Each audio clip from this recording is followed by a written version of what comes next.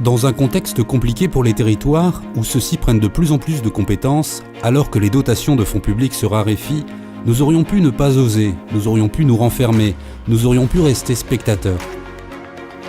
Au contraire, 2017 fut une année de détermination, d'engagement et de volonté pour préparer l'avenir.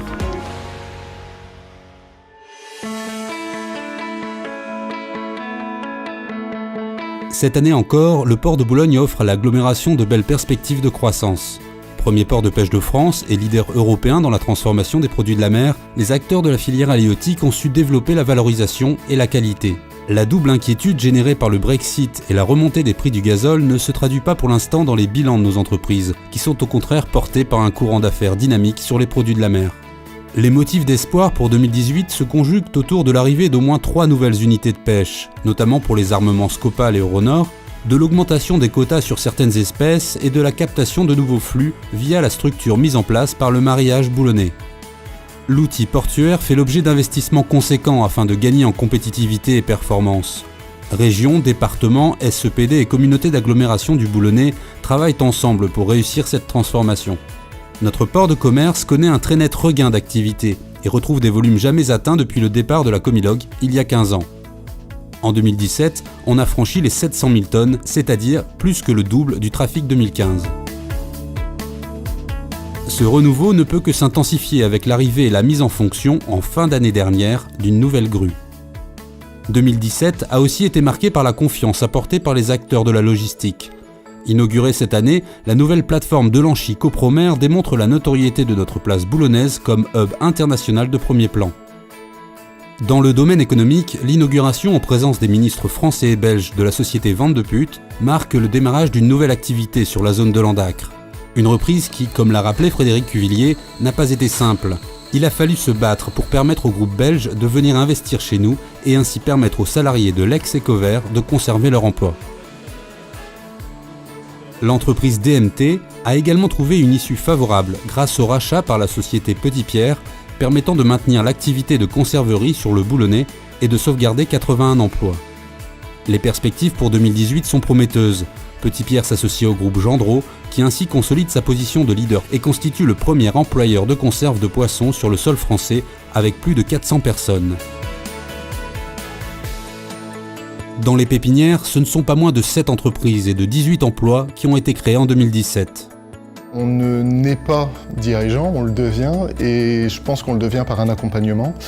Et ça permet également de rencontrer d'autres créateurs, donc de ne pas se sentir seul lorsque l'on crée, et d'être bien entouré et de pouvoir avancer justement peut-être plus rapidement. Pépinière d'entreprise est déjà au cœur d'une agglomération qui est assez passante, près des centres commerciaux, près des entreprises, proche des PME, des autoroutes, d'une part. D'autre part, elle offre des services variés avec un coût très abordable, notamment la location de locaux, mais aussi les services donnés en échange.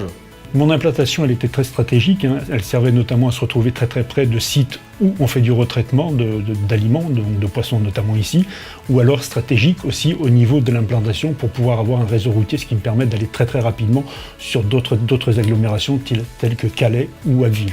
Et la zone de chalandise est extraordinaire pour moi ici, donc c'est pour ça que j'ai voulu intégrer cette pépinière. J'ai pour prétention de pouvoir demander plus grand. Question de coût, celui-ci m'allait bien en termes d'espace aussi. Et puis après, derrière, si j'ai la possibilité de demander plus grand, ça sera avec plaisir. Chez Aliocap, c'est un avantage pour nous parce qu'en fait, les locaux sont moins chers par rapport aux autres ateliers de marée sur Boulogne. Il y a beaucoup de rangements, il y a des locaux sociaux, il y a 2 chambres froides et puis un quai de déchargement.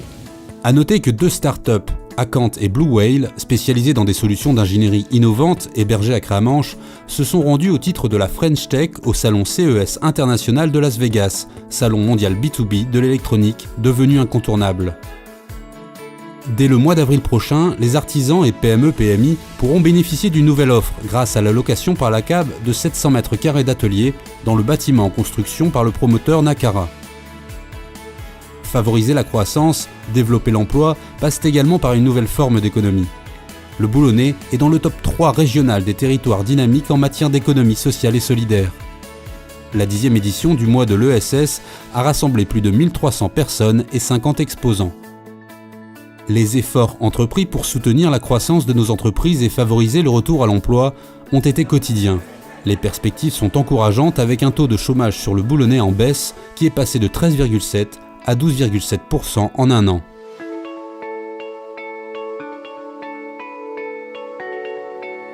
Transport, eau, assainissement, collecte des déchets, l'agglomération est attentive à ce que les habitants puissent bénéficier des meilleurs services rendus. Aujourd'hui, la nouvelle gare centrale Station Liane, boulevard Daunou, offre aux voyageurs un panel de services innovants, à l'image du système d'aide à l'information des voyageurs, améliorant la qualité de leurs déplacements. Une expérience inédite a été menée sur l'agglomération avec la mise en place de la navette sans chauffeur Morinéa. Une expérimentation qui préfigure les nouveaux transports de demain et qui montre une nouvelle fois que le territoire sait faire preuve d'innovation.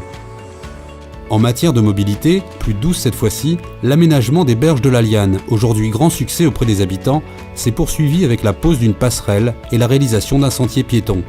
Les aménagements se poursuivront en 2018. Au 1er janvier 2017, la CAB a intégré 112 nouveaux agents transférés des communes dans le cadre de la prise de compétences collecte des déchets. Des investissements conséquents ont démarré avec l'acquisition de nouveaux camions et de nouveaux points d'apport volontaires ont été implantés sur le territoire. Plus récemment, depuis ce 1er janvier, la CAB a pris la compétence eau et assainissement. Elle gère désormais le réseau des collectes, assainissement et le réseau eau pluviale.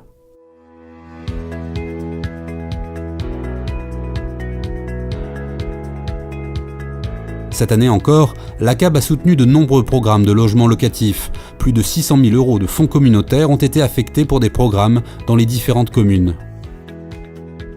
La même aide financière a été consacrée à des programmes de logement inaugurés ou lancés en 2017, à l'image de la résidence Jean Ferrat à Saint-Étienne-au-Mont, des logements de la place Mendès-France à Outreau ou encore de la rue Jean-Pierre Lafrance à Neufchâtel-Ardelot.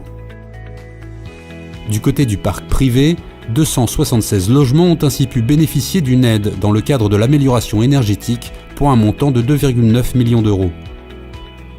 Toujours en matière de logement, la CAB a préfiguré la démarche du permis de louer et du permis de diviser, qui sera activé le 1er mai 2018 sur la commune de Boulogne-sur-Mer à titre expérimental. Un dispositif qui permettra de lutter contre l'habitat privé indigne. De nombreuses communes ont bénéficié de la dotation de solidarité communautaire pour la réalisation de leurs projets. Aménagement de 2 plateaux sportifs à Saint-Martin, aménagement d'espaces avec pistes cyclables et sécurisation de l'école à Lacapelle-les-Boulognes, travaux de voirie et sécurisation de l'école à Conteville-les-Boulognes, reconstruction d'un complexe associatif à Vimille, la salle polyvalente de Banctin, les travaux de voirie à Équien-Plage.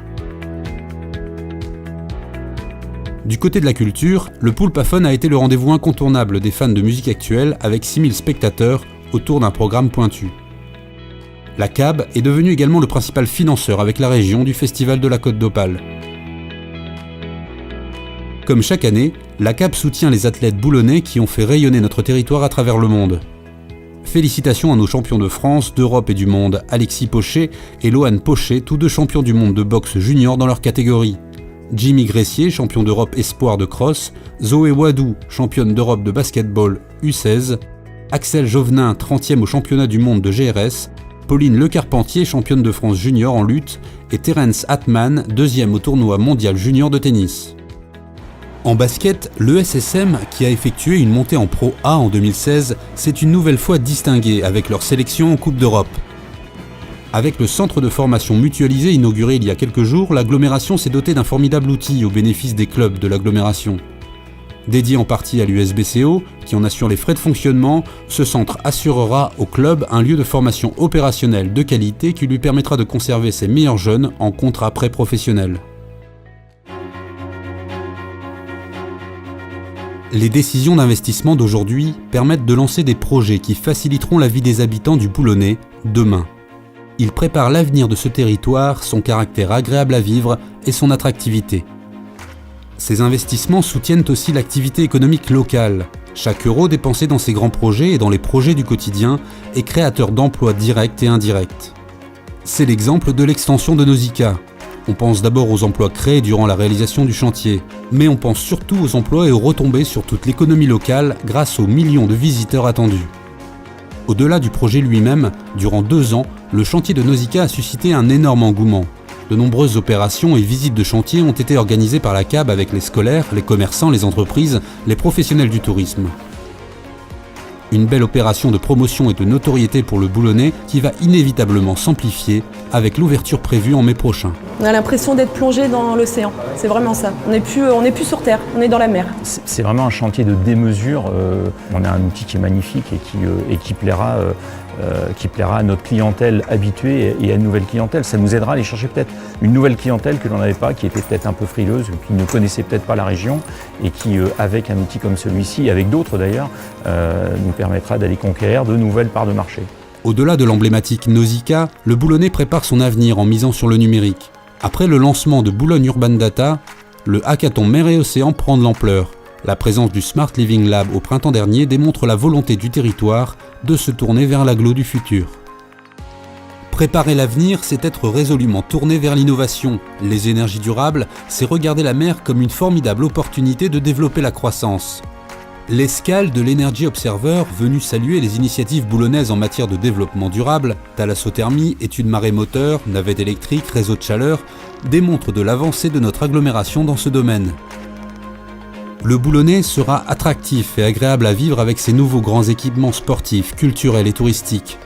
Les nouveaux aménagements pilotés par la ville de Boulogne, en plein cœur d'agglomération sur la zone République Éperon, avec l'arrivée d'investisseurs tels que la thalassothérapie, la serre tropicale, le cinéma, donnent le coup d'envoi d'un nouveau dynamisme, d'une nouvelle attractivité économique et touristique pour toute l'agglomération. Quand on a vu l'emplacement, il est juste phénoménal puisqu'on sait qu'on va être sur des étages suffisamment élevés pour avoir une vue très dégagée. Et tous les projets qui sont autour de ça, le dynamisme, effectivement, Monsieur le Ministre, il est communicatif, on l'a vu ce matin, les projets comme le bowling, comme la serre papillon, le palais des congrès, tout ça a un vrai sens. Cette dynamique, amplifiée demain avec le projet de la salle de spectacle Palais des Congrès, conforte la volonté de la CAB de développer l'attractivité touristique et apporte de la cohérence aux projets menés par l'agglomération. Extension de Nausicaa, développement de la plaisance et des croisières.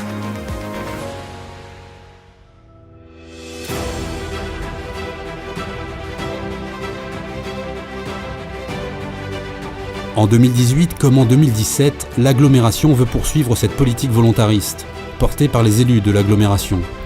Une volonté politique ambitieuse qui se fonde sur une gestion financière offensive et réaliste à la fois. Il s'agira d'oser, de se projeter, de se dépasser, de continuer à investir pour préparer l'avenir de chacune et chacun des habitants de l'agglomération boulonnaise. Nous vous souhaitons une très belle année 2018.